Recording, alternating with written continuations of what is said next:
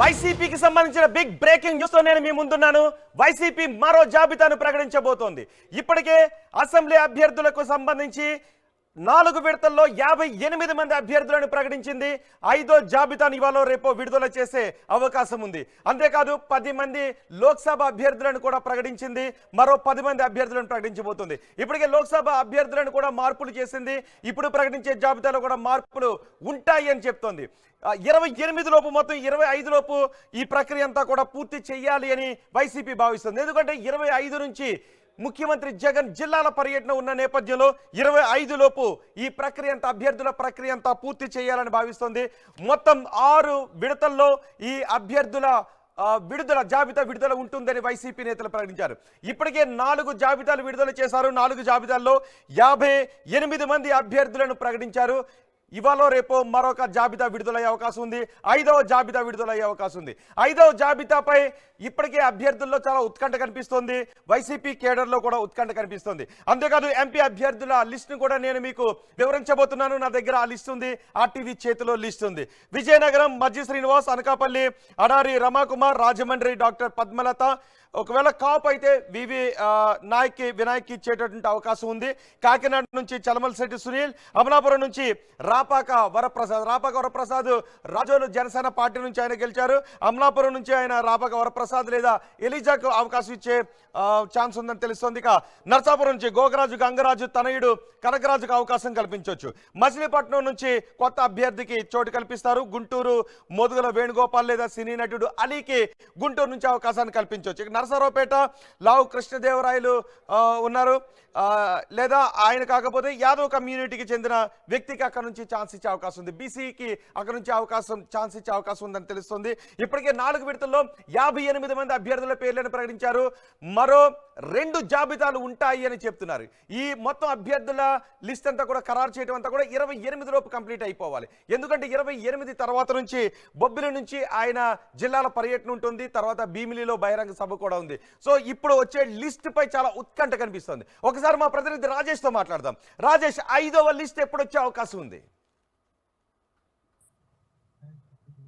5వ లిస్టు సోమవారం విడుదల చేస్తారని తెలుస్తుంది. ఈ రోజు రేపు కొంత సీఎం సినీ ఆదివారాలు కాబట్టి సీఎం ఎవరిని కలవనని చెప్పారని తెలుస్తుంది. ఈ నేపథ్యంలోనే 5వ లిస్టు సోమవారం సాయంత్రం విడుదల చేసే అవకాశం కనబడుతుంది. 5వ లిస్టు పైన వైసీపీ నేతల్లోనూ ఎమ్మెల్యేలు ఒక టెన్షన్ కనబడుతుంది. దానికి ప్రధాన కారణం ఏంటంటే 5వ లిస్టే ఆఖరి లిస్ట్ గా ఉంటుందనేది వైసీపీ అధిష్టానం చెప్తుంది. ఎందుకంటే ఇప్పటి వరకు అసెంబ్లీకి సంబంధించినటువంటి 58 మంది అభ్యర్థులు మార్పులు చేసినటువంటి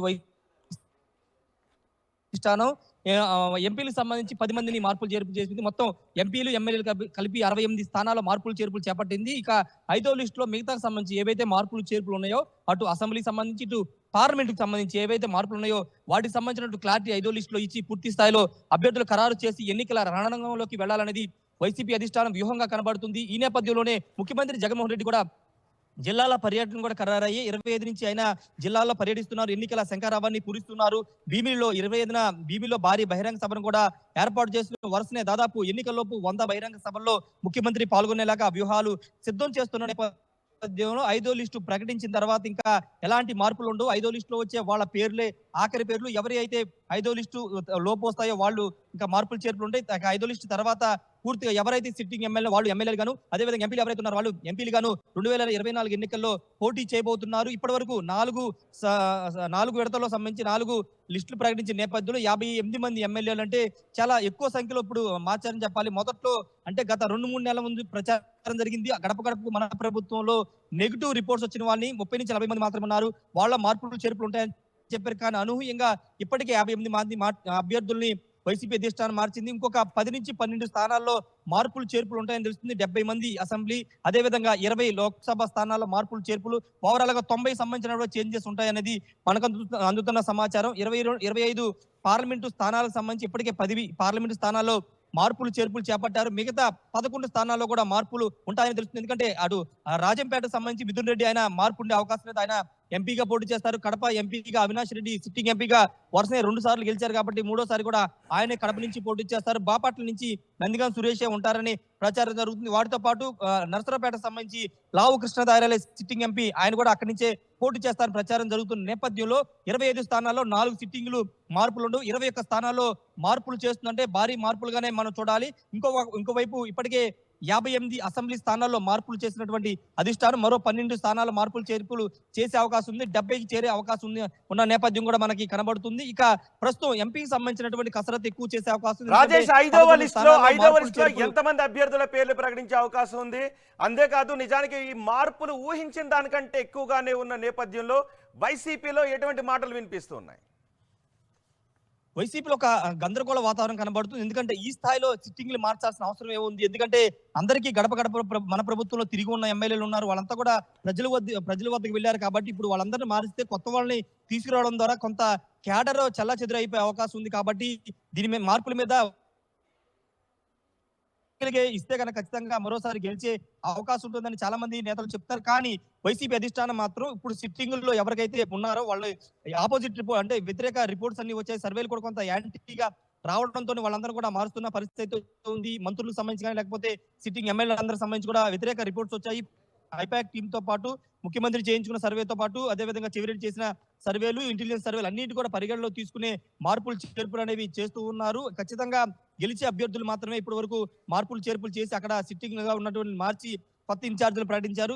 అవి కూడా సర్వే చేయించుకున్న తర్వాతే కొత్త వారి పేర్లతో సర్వే చేయించుకున్న తర్వాత మాత్రమే అక్కడ ఇన్ఛార్జీలు ప్రకటించే నేపథ్యం చూసాం. ప్రస్తుతం ఎంపీలకు సంబంధించి కాస్త ఎక్కువ చేస్తున్నారు. ఎందుకంటే ఎంపీల కొరత వైసీపీ కొంత కనబడుతుంది. వైసీపీ ఎంపీలకు సంబంధించినటువంటి రేసులో చాలా తక్కువ మంది ఉన్నారు కాబట్టి వాళ్ళ మీద ఎక్కువ కసరత్తు చేయాల్సి వస్తుంది అనేది కూడా మనకు అందుతున్న సమాచారం. దానిలో భాగంగానే ఈ 2 రోజులు ఎంపీలకు సంబంధించి కసరత్తు చేసిన తర్వాత 25వ తారీఖు వరకు మొత్తం అభ్యర్థుల మొత్తం అందరూ కూడా ఖరారయ్యే అవకాశం ఉంటుందా? అన్ని లిస్టులు విడుదలైపోయే అవకాశం ఉందా? దాదాపుగా ఖరారు చేయాలనేది వైసీపీ అధిష్టానం వ్యూహంగా కనబడుతుంది. ఎందుకంటే 25 తర్వాత ముఖ్యమంత్రి పూర్తి స్థాయిలో జిల్లాల పర్యటనలు ఉంటారు. ఆయనతో మీటింగ్ అయ్యే అవకాశం ఉండదు. ఈ కసరత్తు మీద కూర్చునే అవకాశం ముఖ్యమంత్రికి ఉండదు. మరోవైపు మిథున్ రెడ్డి కానీ సజ్జలు కానీ విజయసాయి రెడ్డి వాళ్ళు కూడా జిల్లాలకు వెళ్తారు కాబట్టి వాళ్ళు కూడా ఎన్నికల రణరంగంలోకి వెళ్తారు కాబట్టి వాళ్ళు కూడా 25 లోపే కసరత్తు పూర్తి చేసి పూర్తిగా ఎన్నికల మీద దృష్టి పెట్టాలని భావిస్తున్న నేపథ్యంలో 25 లోపే ఇదంతా కూడా పూర్తి చేసుకుని ఎన్నికలకి సిద్ధం అవ్వాలనేది వైసీపీ అధిష్టానం వ్యూహం కనబడుతుంది. ఒకవేళ చేంజెస్ ఉంటే 1-2 చేంజెస్ ఉంటే అవి ఎన్నికల షెడ్యూల్ వచ్చిన తర్వాత మార్పులు ఉండే అవకాశం కనబడుతుంది. ఎందుకంటే ఇప్పుడు ప్రకటించిన ఇన్ఛార్జీలకు సంబంధించి కూడా కొన్ని చేంజెస్ ఉంటాయని తెలుస్తుంది. ఎందుకంటే ఇన్ఛార్జిగా ప్రకటించిన తర్వాత కూడా కొన్ని నియోజకవర్గాలు అక్కడ కార్యకర్తలు ప్రస్తుత సిట్టింగ్ ఎమ్మెల్యేలకే సహకరిస్తున్నారు.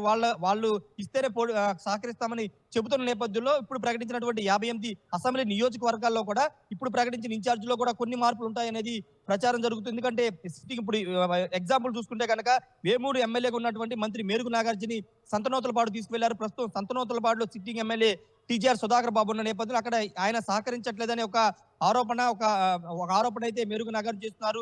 కాబట్టి అక్కడ ఏమైనా మళ్ళీ మార్పులు ఉంటాయో చూడాల్సిన అవసరం. వాటితో పాటు కొన్ని చేంజెస్ ఉన్న నియోజకవర్గాల్లో మళ్ళీ తిరిగి సిట్టింగ్ తీసుకొచ్చే అవకాశం కూడా కనబడుతుంది.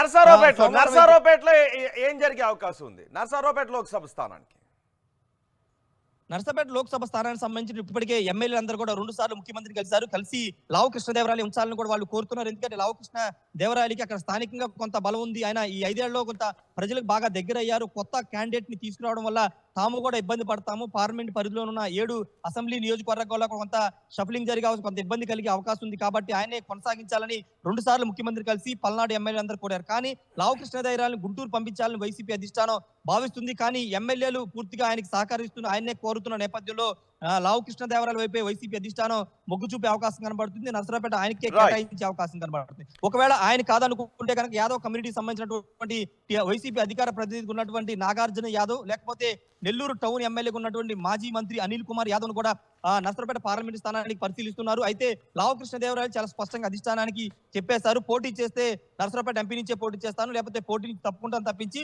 గుంటూరుకు వెళ్లే ప్రసక్తి లేదని ఆయన చెప్పిన నేపథ్యంలో ఇప్పుడు లావు కృష్ణదేవరాయని నర్సరావుపేట ఎంపీగా కొనసాగించే అవకాశం ఎక్కువ కనబడుతుంది. Rohit right Rajesh, why not 175 అంటున్న వైసీపీ భారీ మార్పులు చేస్తోంది. అభ్యర్థుల విషయంలో 5వ జాబితాను సోమవారం విడుదల చేయబోతోంది. ఈ 5వ జాబితాపై కూడా వైసీపీలో చాలా ఉత్కంఠ కనిపిస్తోంది.